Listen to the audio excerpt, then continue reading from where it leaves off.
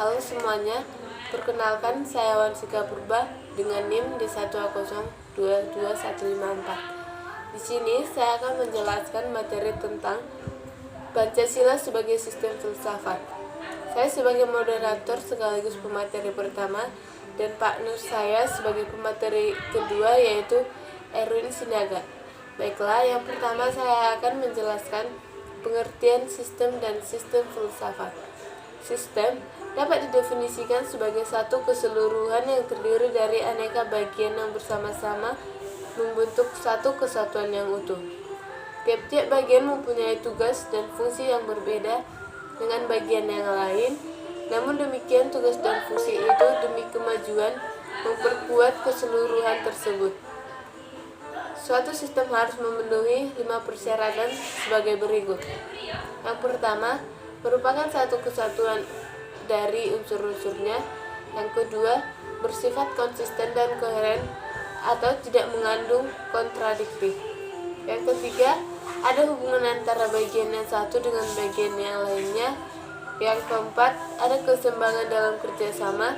Yang kelima, semua mengabdi pada tujuan yang satu, yaitu tujuan bersama. Sedangkan filsafat berasal dari bahasa Yunani, yaitu philosophia. Philo artinya cinta, sedangkan sophia berarti kebijaksanaan. Dengan demikian, secara etimologis, filsafat berarti cinta akan kebijaksanaan. Filsafat adalah ilmu pengetahuan yang menyelidiki hakikat dari segala sesuatu yang memperoleh kebenaran. Filsafat mempertanyakan apa hakikat atau esensi dari sesuatu. Dengan cara itu, jawaban yang akan diberikan berupa kebenaran yang hakiki. Baiklah, kemudian adapun ciri-ciri berpikir filsafat. Yang pertama radikal, yang artinya sampai ke akar persoalan. Yang kedua kritis, tanggapan terhadap persoalan yang berkembang. Yang ketiga rasional, sejauh dapat dijangkau akal manusia. Yang keempat reflektif, mencerminkan pengalaman pribadi. Yang kelima konseptual, hasil konstruksi pemikiran. Yang keenam koheren, runtut berurutan.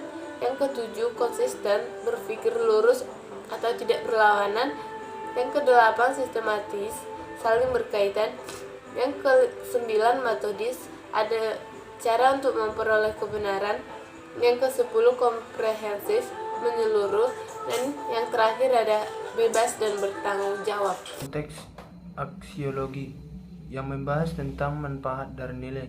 Pancasila sebagai sistem filsafat secara keseluruhan bulat utuh mengandung nilai manfaat, yaitu untuk mempersatukan bangsa Indonesia yang beraneka ragam suku bangsa ini. Mengandung manfaat sebagai acuan moral bangsa Indonesia dalam kehidupan bermasyarakat, berbangsa, dan bernegara. Mengandung manfaat untuk dijadikan cita-cita bersama sebagai ideologi bangsa dan negara.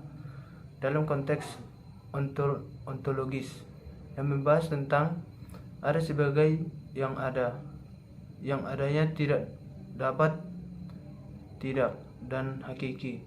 Artinya, keberadaan mutlak nilai-nilai Pancasila itu ada dalam adat istiadat budaya dan bangsa religi bangsa Indonesia sejak dulu kala. Keberadaan mutlak dari sistem filsafat Pancasila mempunyai kedudukan yang benar-benar kuat, tak mudah digoyahkan. Oleh karena itu, menolak Pancasila sebagai sistem filsafat berarti mengingkari nilai-nilai substansial hakiki yang telah membudaya dalam kehidupan bangsa Indonesia sejak dulu kala. Dalam konteks antropologis yang membahas tentang kajian manusia itu sendiri, Pancasila sebagai sistem filsafat bertitik tolak pada hakikat kodrat manusia yang monopluralis, yang terdiri dari susunan kodrat monodualis jiwa raga, kedudukan kodrat monodualis makhluk berdiri sendiri, makhluk Tuhan, sifat kodrat monodualis makhluk individu sosial. Dalam konteks epistemologis, Pancasila sebagai sistem filsafat dimaksudkan bahwa keberadaannya diproses dengan menggunakan metode tertentu oleh Neto-Negoro. Metode yang dipergunakan untuk memproses Pancasila itu disebut analitiko sintesa atau induksi. Bentuk susunan hierarkis piramida ini mengacu pada hukum logika perbandingan linear, yaitu isi pengertian kecil tetapi luas cakupan juga kecil, dan sebaliknya isi pengertian besar tetapi luas cakupan yang juga besar. Keterangannya, meskipun beda gambarnya tetapi keduanya substansinya sama.